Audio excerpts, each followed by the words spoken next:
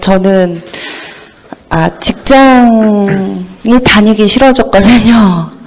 최근에 좀 다니기 싫어졌는데, 다니기 싫어지면서 월요병이라는 게 처음으로 생겼어요. 그러면서 주일 밤 되면 거의 밤을 새서 출근을 하고 굉장히 피곤한 상태로 나가는데, 그거를 좀 이기지 못하다 보니까 약간 우울증도 좀 오고, 근데 이제 그 발단이 된 게 작년에 제가 19년째 같은 회사를 다니고 있는데 18년 만에 팀을 바뀌게 된 거예요. 그러니까 저를 조금 이끌어 주시는 팀장님이 불러서 새로운 팀에 가서 일을 하게 됐는데 그분이 올 초 그만두셨어요.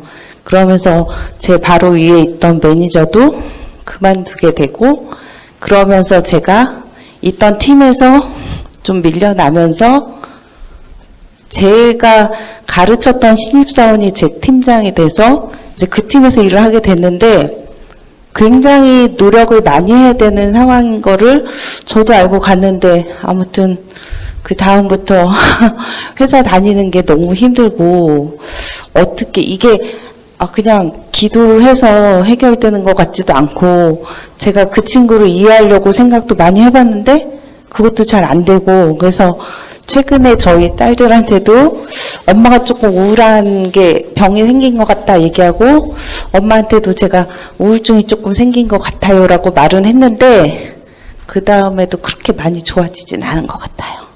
네, 이게 직장 일이 아니네요. 네. 개인적인 감정에, 그것도 여러 사람이 아니라 딱 한 사람 걸려 있네요. 네. 그 내가 가르친 후배가 어떻게 팀장으로 왔대요? 그 친구는 원래 다른 팀의 팀장이었고요.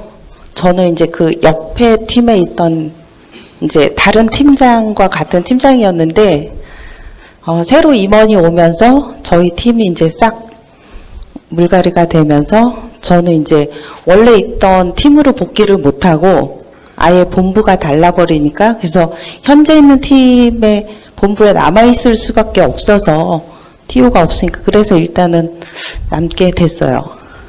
근데 거기에 원래 이제 내 팀이 아닌데, 네. 내가 있었던 팀에서부터 해체가 돼서 다시 다른 팀으로 복귀를 네네. 그쪽으로 하니, 그쪽에는 이미 다른 팀장이 있었는데 그 팀장은 내 후배다 네네. 이거죠? 네. 그리고 내가 그 밑으로 다시 들어간 그런 꼴이 됐네요? 네. 그러니까 그 팀장도 좀 달가워하지 않았겠네? 네. 그래서 제가 처음에는 후배기도 하지만 어쨌든 저보다 위에 매니저이기 때문에 노력을 좀 많이 해야겠다는 생각을 하긴 했었는데, 어느 날 그분이 저한테 이렇게 지나가면서 하는 말이 저한테 너무 충격이었었어요. 그러니까 저는 나름대로 이 회사가 생길 때부터 일을 했고 어느 정도 나름 기여를 하고 있었던 사람이라고 생각을 했는데, 저한테 자기 아니었으면 너 갈 데 없었거든 이런 뉘앙스를 주니까. 자기가 받았대요? 그렇게 네. 해서? 네. 그래서 내가 그렇게 성질 나네? 네. 그래서 아니 누가 받으라 그랬어? 그래서 속으로는 그랬죠. 네가 못내 나를 받고 말어. 이제 그러긴 했는데, 어쨌든 그 말을 들었을 때도 좀 자존심도 상하고, 내가 이 정도 사람은 아닌데, 그래서 저는 진짜 회사 다니면서 월요병이란 게 없었어요. 월요일에 조금 더 일찍 나가서 일을 하고 했던 사람인데, 올해부터는 좀 네. 그렇게 다니고 있습니다. 자매님 그 얘기 들어보니까 정말 월요병이 뭐야, 그냥 일주일병 생기네겠네. 그냥 월화수목금 다 나가고 싶지 않겠다는 생각이 드네요. 자매님 스스로 생각할 때 나는 자존심이 세요, 안 세요? 저 많이 셉니다. 안 봐도 그냥 스파크가 팍팍팍팍 나겠네. 그 팀장하고. 그쵸? 네, 날 수 있어요. 업무적으로는 더. 조직이라고 했을 때 사실은 인사가 만사지. 예. 그거를 그런 식으로 인사를 했던 관리자가 있었다면 사실은 좀 더 고려해보라고 누군가가 이렇게 이야기를 해줄 수도 있다. 일단 시스템에서도 안 맞고, 예를 들면은 회사 창립해서 얼마 안 돼서부터 지금까지 끌어왔던 그러한 백전노장 이 회사와 동고동락을 했었던 그럼 그것도 하나의 명예예요. 그리고 권력이고 내가 이 회사와 운명을 같이 하면서 지금까지 왔다라고 하는 것은 나의 또 자부심이란 말이에요. 이러한 자부심을 가지고 있으면서도 또 선배이고 나이도 많고 그런데 내가 뭐 일이 딸려서 또는 문제가 있어서가 아니라 같이 팀으로 있으면서 계속 같이 성장하면 내 바로 윗 선배나 또 우리가 흔히 이제 남자들은 이제 사수, 부사수 얘기하는데 나의 바로 윗 사수나 이런 분들의 나이 차가 한 2, 3년 있으면요. 같이 늙고 같이 가는 거예요. 그러니까 내가 팀장이 되지 않을 수밖에 없는 그런 구조가 있었던 거지. 그렇지만 다른 팀들은 나중에 후발로 생겨나면 그럼 그때 가서 새로운 직원을 받았을 때 팀장하고 바로 그 밑에 있는 매니저가 예를 들면 10년 차이가 난다. 그러면은 금방 팀장 갈리고 자기가 팀장 들어가겠지. 그런 상황에서 내가 다시 3인자였는데 그쪽으로 들어가면은 내가 이게 뒤집어진다 이 말이에요. 내 후배 밑으로 들어가는 상황이 됐다. 그거예요 지금? 맞아요? 예. 그러니까 그렇게 됐을 때 이건 구조가 틀린 거 아니야. 틀어진 거예요. 우리가 치열이 틀어지면 잇몸 건강이 아무리 좋아도 우리의 치아는 이제 재정상으로 기능할 수가 없는 것처럼 구조가 틀어진 거지. 그러니까 일단 구조가 틀어졌으니까 당연한 거예요, 이건. 그러니 그쪽의 팀장이 예를 들면 윗사람한테 얘기해가지고 나 저 언니 받겠습니다 해고 받았겠나? 난 내가 볼 때는 이해가 안 가는데 그렇게는 아니었을 텐데 어쩔 수 없이 받았던 거 아니에요? 반은 어쩔 수 없이 받을 수밖에 없었고요. 제가 안 오면 또 인원 충원이 안 되고 제가 하던 업무 일부가 그쪽에서 필요한 업무니까 이제 오기는 그러니까 울며 겨자 먹기 식으로 대안이 없었으니까 받았겠지. 그럼 기왕 받았는데 자기가 뽑아서 당신 데리고 왔다. 이런 식으로 말하는 거는 지금 누가 봐도 우습지만 충분히 이해할 수 있는 스토리다. 그렇게 얘기했을 때 그 얘기를 하는 그 팀장의 속 사정, 속 심리는 뭐였을까요? 자, 저희는 말씀해 보세요. 무슨 의도로 그런 말을 나한테 해서 기분 나쁘라고? 위로하는 건가? 그런 생각도 좀 어머머머머 했었고요. 무슨 소리예요. 근데 제가 이제 그 친구를 이해하려고 했던 거는 이제 저의 앞선 저희 팀 본부장하고 위에 매니저가 나갈 때 그 사람이 굉장히 힘들어졌던 부분은 있었거든요. 그 두 사람으로 인해서 자기 일이 배가가 되고 하니까 그래서 저 사람이 업무적으로 힘들지 않게는 해야겠다는 생각을 하고 저는 갔는데 아직 잘 모르겠어요. 3개월 정도 됐는데. 그러니까 그 팀장이 나한테 그 말을 하는 이유가 저한테 생생내는 것 같았어. 그럼 그거지 뭘. 근데 생생냈다라기보다 당신이 예전에 어디서 뭐 팀장들하고 관계가 좋았고 뭐 지금까지 회사하고 뭐 잘 나갔고 뭐 그리고 뭐 인정받았고 그런지 모르지만 지금 여기서 당신의 위치는 내 밑이다. 그걸 정확하게 깨달으라는 얘기가 숨어 있잖아요. 네.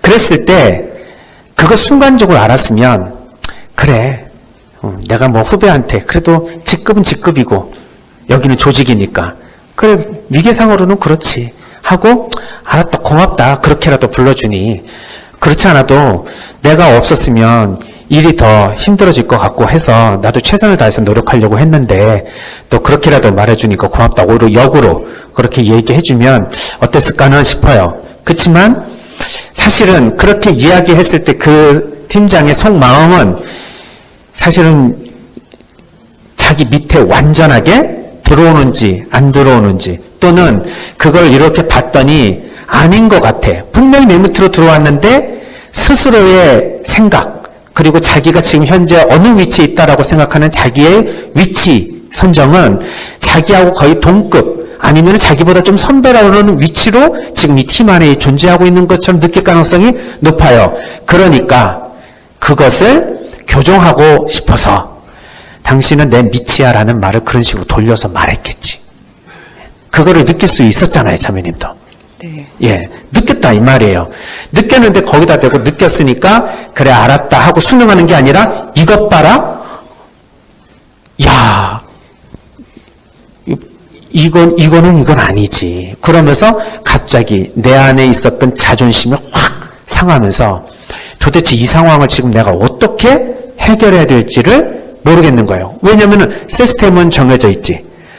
그랬는데 내 안에서 나는 저 팀장 밑에서 내가 일한다는 거는 내가 그냥 일은 할 수 있지만 그렇다고 해서 내 자존심까지 깎아가면서 내가 여태까지 내가 이 회사에서 살아왔던 내 이 회사에 대한 내 명예심까지도 내가 깎아가면서 그 밑에 굴욕적으로 있는 거는 아니지라는 생각이 자꾸 충돌한다. 그렇다면 업무를 하면서 얻어지는 많은 상호작용이 있을 거 아니에요. 뭐 좀 해오세요. 뭐 할 때도 이거 좀 해줘 언니 이런 것도 아니고 이거 좀 해주세요. 이래버리면 거기에서 말투에서도 이미 벌써 나를 짓누르는 듯한 그런 위압감을 느끼니 시간이 가면 갈수록 나는 점점 약올라지고 약오르고 화나는데 겉으로 드러내서 표현할 수도 없고 그러니 나는 계속해서 스트레스가 쌓이는 상태에서 어디에 내 스트레스를 풀 수 있는 공간이 없다고 볼 수 있다.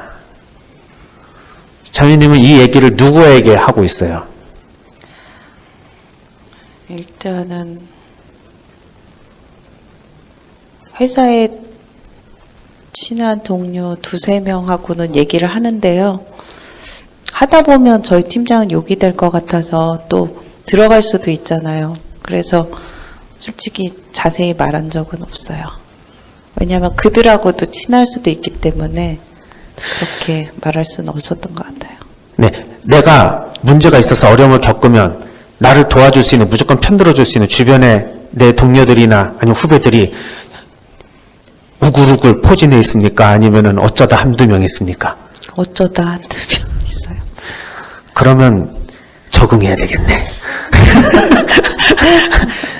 성경에 내가 이 병사를 가지고 저 들어오는 2만 명을 내가 감당할 수 있을까 했을 때, 야, 이거 안 되겠다 하면 어떻게 합니까? 화평을 청하라고 했잖아요.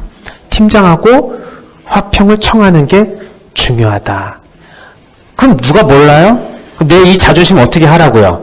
예. 요건 내가 어떻게 내가 마음을 먹고 팀장과 내가 상호작용을 잘 할 수 있을까라는 것을 내가 그렇게 하고 싶은 방법은 나와요. 그거는 할 수 있습니다. 근데 왜 그래야 되는데? 나 그 방법은 싫어. 다른 방법을 찾을 거야 라고 하면 윗선에다 얘기해가지고 나를 딴 데다가 보내던가 아니면 내가 그만두던가 대안이 그거밖에 없으니 그 다음부터는 문제가 더 심각해진다 하는 거죠.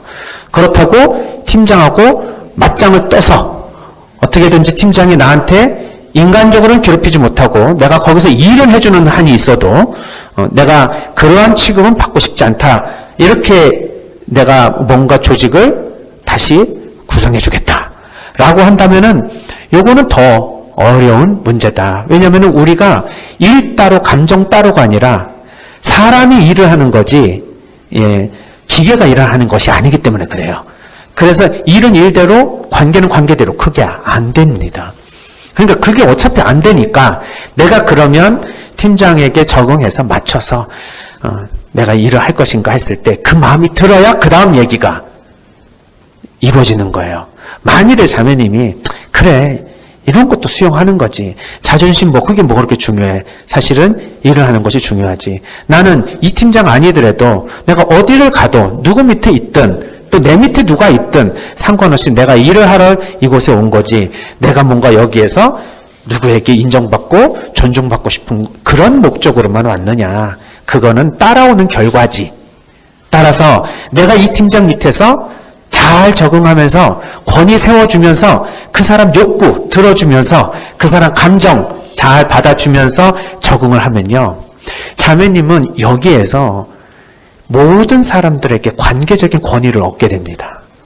즉 다른 사람이 아유 힘도 없으니까 저렇게 후배들한테 그냥 비굴하게 구는 거라고 생각하지 않아요.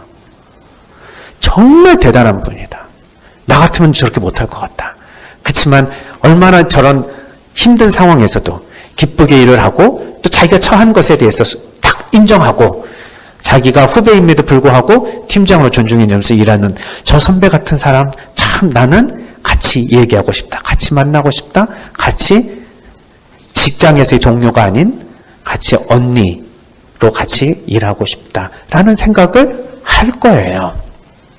네, 이것이 어떻게 보면 이 회사에서 내가 진정으로 나를 이해해주고 나와 편을 들어줄 수 있는 사람이 몇몇밖에 안 된 사람들이 이제 점점 내 주변에서는 많은 사람들이 나와 함께 할 수 있는 그러한 기회로 작용할 수 있습니다. 만일 이것이 이루어진다면 팀장이 비록 자기는 팀장이고 자매님 팀장 밑에 있다 하더라도 함부로 무시하지 못해요. 그때는.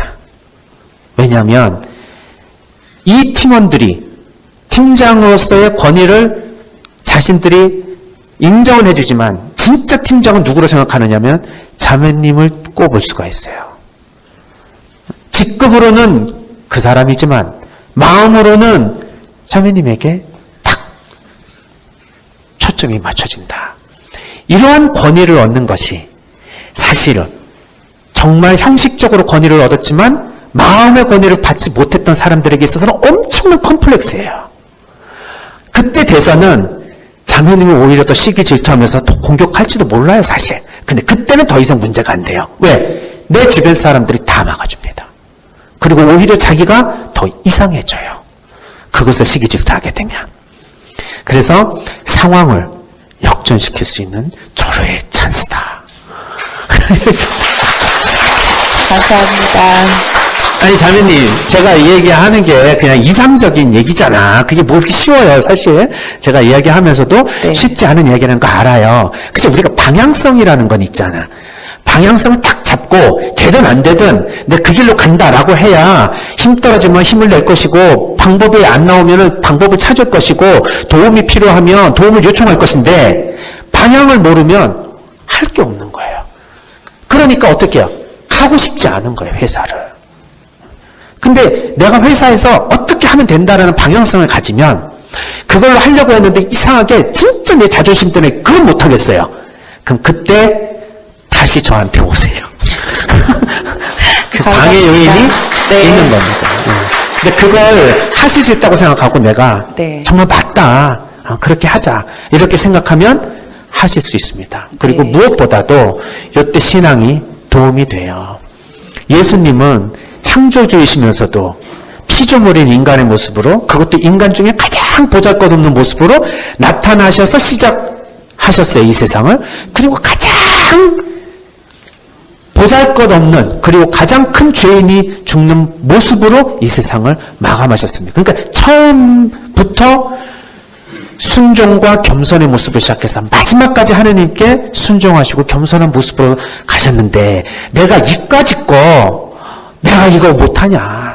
나 예수님 생각하고 정말 이번 성탄은 예수님 생각하고 내가 이거 이겨보겠습니다 하는 마음으로 한다면 얼마나 더 뜻깊은 성탄이 될까 하는 생각이 들어요. 그래서 이때 우리가 일부러 막 그런 기회 찾지 않아도 이렇게 주어질 때 이때가 내가 이런 수련하는 때구나라고 생각하면서 겸손을 한번 내가 마음속에 덕으로 키워낼 수 있는 기회로 좀 삼으면 어떨까 하는 생각이 들어요. 네, 감사합니다. 네, 고맙습니다. 네.